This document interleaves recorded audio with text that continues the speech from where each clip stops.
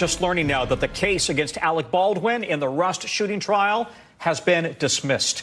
We bring in our NBC Dana Griffin reporter, and legal analyst Kristen Gibbons-Fedden is also with us. Dana, what a shocker, right? Give us the highs and lows. What just happened? My goodness. I mean, I've never witnessed something like this happen, but essentially the judge agreed with Baldwin's defense that the evidence that could have helped their case was held against them, essentially prosecutorial misconduct.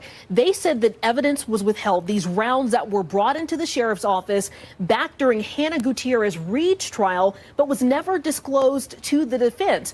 So they brought this up during their arguments because they had a motions hearing. Carrie Morrissey, the prosecutor in this case, took the stand in her own defense, so to speak, and that's when we learned her co-counsel, Erlinda Johnson, resigned today.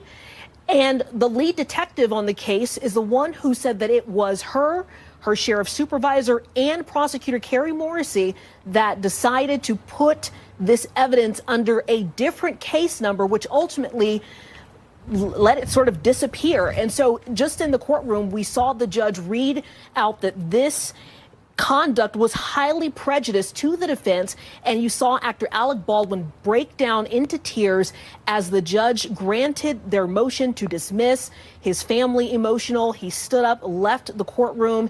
We are working to get more details about what's happening now outside of that courtroom, but obviously a major shocker in this case. And also, it's important to remember, what is the family of Helena Hutchins thinking at this moment? They were looking for justice in this case, and they said that they were, hoping that anyone held accountable would be brought, would be judged by their peers and a jury.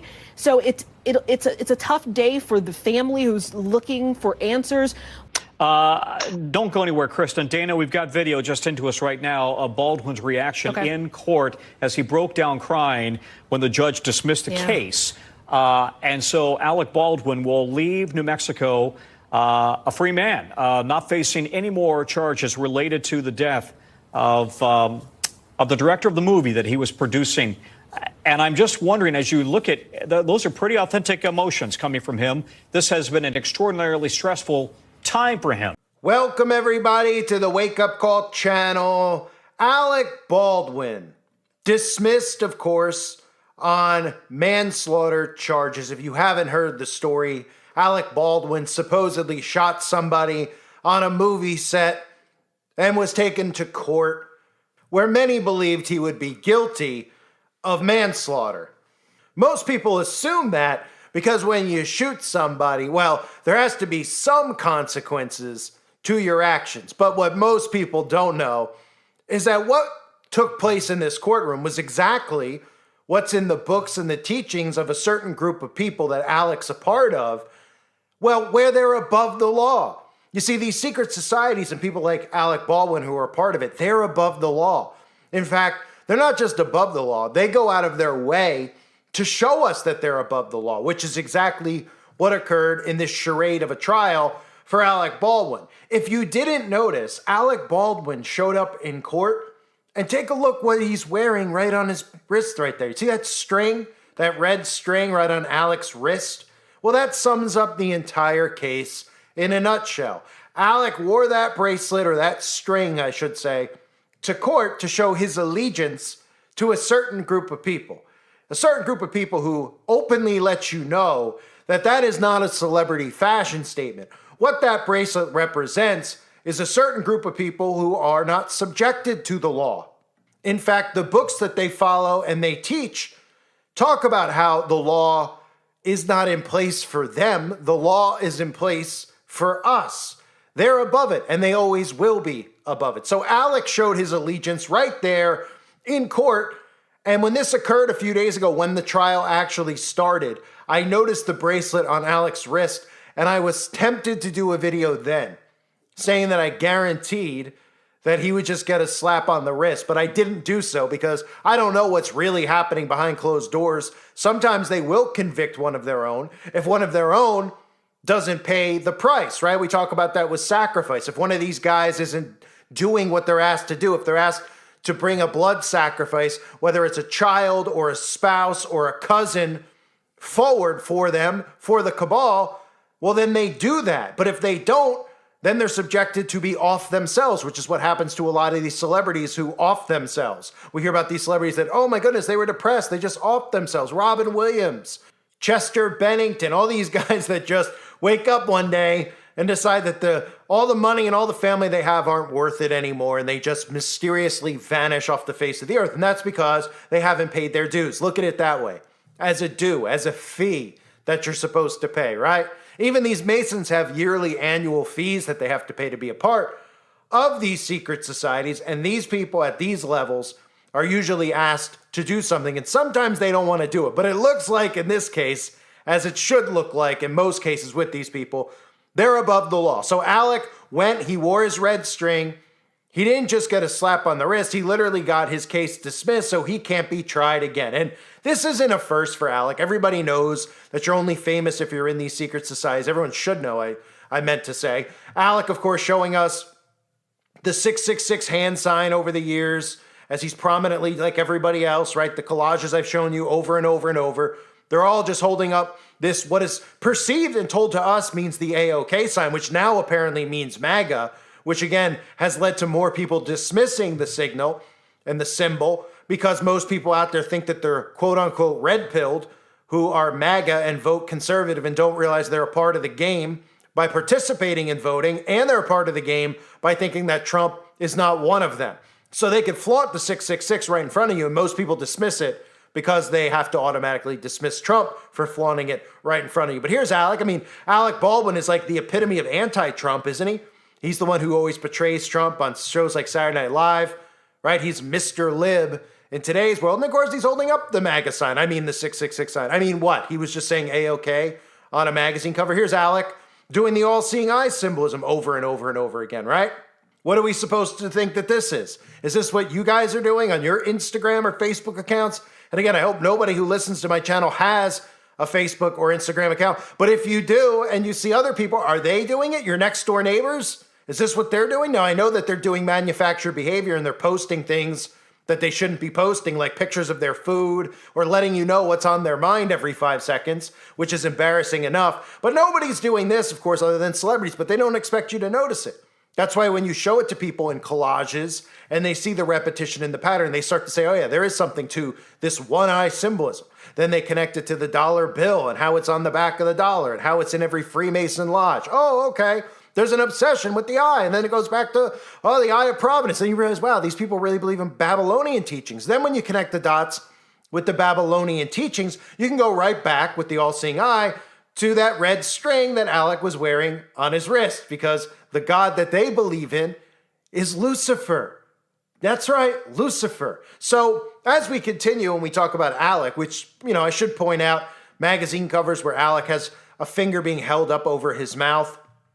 Again, what's the big secret here? Is it the secret that Alec's not a man? I mean, what's the secret? Well, the secret is that they're a part of these secret societies. Alec Baldwin, a Freemason. The finger over the mouth is shh. It's a vow of silence and secrecy. That's why you see all these celebrities always doing this. That's why you see celebrities like Rihanna having it tattooed on their index finger. Nobody thinks anything about it. Why does Lindsay Lohan, why do they all have this tattoo on their finger of shh?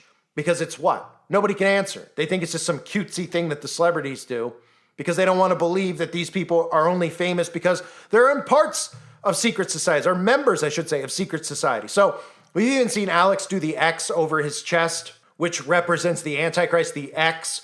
Twitter is called X. Madonna wears the X on her eye patch, her one eye patch. All these celebrities like Stephen King always holding their hands over their chest, making an X. This represents the Antichrist, okay? So he's doing that on a magazine cover. And of course, Alec Baldwin's most famous role possibly might be his role in Beetlejuice. And do you think it was a coincidence that Alec Baldwin's character in the entire film is wearing a black and white Masonic checkerboard shirt? Okay? Do you think that's a coincidence? Of course it's not. And I've covered this before with Beetlejuice. I have a video up on Beetlejuice, even the latest Beetlejuice, and the connection to CERN and the portal. But I also talk about Tim Burton's connection to Freemasonry and his obsession with Freemasonry and how he uses Freemasonry in all of his films. So this is deliberately there and placed on Alec Baldwin, who is strategically chosen to be in this film. Alec Baldwin is another one of these celebrities who, again, not only are they above the law, they flaunt this in front of you. This trial was a charade. The second I saw him wearing the red bracelet, I knew that he was getting dismissed, that this was not ever going to go further than this charade of a trial. And they love to rub this stuff in our faces, because if that was you who did this to somebody, well, of course, you would be put in jail immediately, probably charged with more than just manslaughter. And what's the other thing that's going to come of this? Well, of course, probably more gun laws, right? Couldn't you see now that there's more gun laws put in place? No real guns allowed anywhere within a movie set, within 200 yards. People will say, well, that's fine. That's good. That's what we should have, right? Right. Something always comes of it. And the one thing we can always guarantee is that when these people are connected to secret societies like Freemasonry, and they're connected to cabals that you cannot speak of, remember to always question the people that you can't question. If there's anybody out there that you're not allowed to talk about, that they tell you can't say anything about them, that they're protected from all forms of speech, including questioning what their beliefs really are, then you should be suspicious. And there's only one group of people who happen to wear that bracelet that Alec Baldwin wore in court deliberately and displayed it deliberately. There's only one group of people that you can't question. Alec Baldwin is one of them. So his sham of a trial, of course, comes to an end.